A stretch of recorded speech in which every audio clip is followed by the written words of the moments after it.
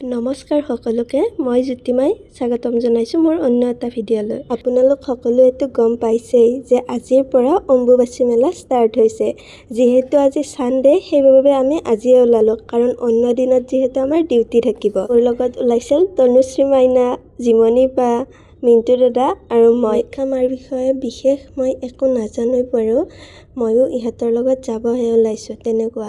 কিন্তু কামাখ্যা মাৰ তাত গ'লে বিশেষ এটা শক্তি পায়। প্ৰায় 6-7 কিলোমিটাৰ খোজকাঢ়ি যোৱাৰ পিছতো না ভৰিৰ বিষ হয়, না দুৰ্বল হোৱা যায়। পৰা আহে বাৰু ইমান শক্তি? আমি বাৰু অলপ ডাঙৰ হৈছোঁ, ইমান যে টিকলা বাচ্ছাবোৰো ইমান ওপৰলৈ খোজকাঢ়ি যায়। মাৰ শক্তি অবিহনে কিন্তু 7 কিলোমিটাৰ খোজকাঢ়ি যোৱা অসম্ভৱ, তাকো এই গৰমত। এনে চাওকচোন, আমি অফিচলৈ আহোঁতেই ৰিক্সা লৈ আহোঁ। আপোনালোকে বাৰু জানেনে মা কামাখ্যা কিয় হ'ল বা কেনেকৈ হ'ল? মই বাৰু বৰ বিশেষ নাজানো, তথাপিও কামাখ্যা মা কেনেকৈ সৃষ্টি হ'ল তাৰ বিষয়ত অলপমান আপোনালোকক জনাব বিচাৰিছোঁ। মানে মই যিখিনি জানো, ময়ো শুনিছোঁহে দেই। দক্ষ ৰজাৰ জীয়ৰী অৰ্থাৎ মহাদেৱৰ প্ৰথমা পত্নী। তেখেতে দক্ষ ৰজাৰ অমতত মহাদেৱৰ লগত বিয়া হৈছিল, যাৰ বাবে দক্ষ ৰজাৰ ঘৰত যজ্ঞ পতাত জীয়ৰীক নিমন্ত্ৰণ জনোৱা নাছিল। বিনা অনুমতিত জীয়ৰী যাই তাত উপস্থিত হৈছিল, যাৰ বাবে দক্ষ ৰজাৰ বহুত বেছি খং উঠাত মহাদেৱৰ বহুত বেয়া গুণ গাবলৈ আৰম্ভ কৰিছিল।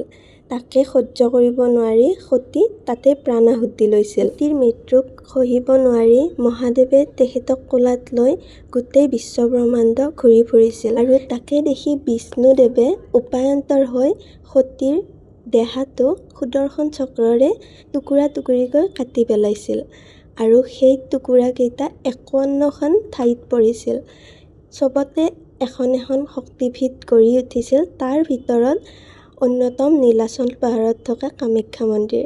কামাখ্যা মন্দিৰত সতীৰ যোনি পৰিছিল, যাৰ বাবে আমি কামাখ্যা মন্দিৰত যোনি পূজা কৰোঁ। ইয়াত কিমান ভক্ত আহিছে ন? তাৰ মাজত 90% চাগে আপোনাৰ পুৰুষ আহিছে।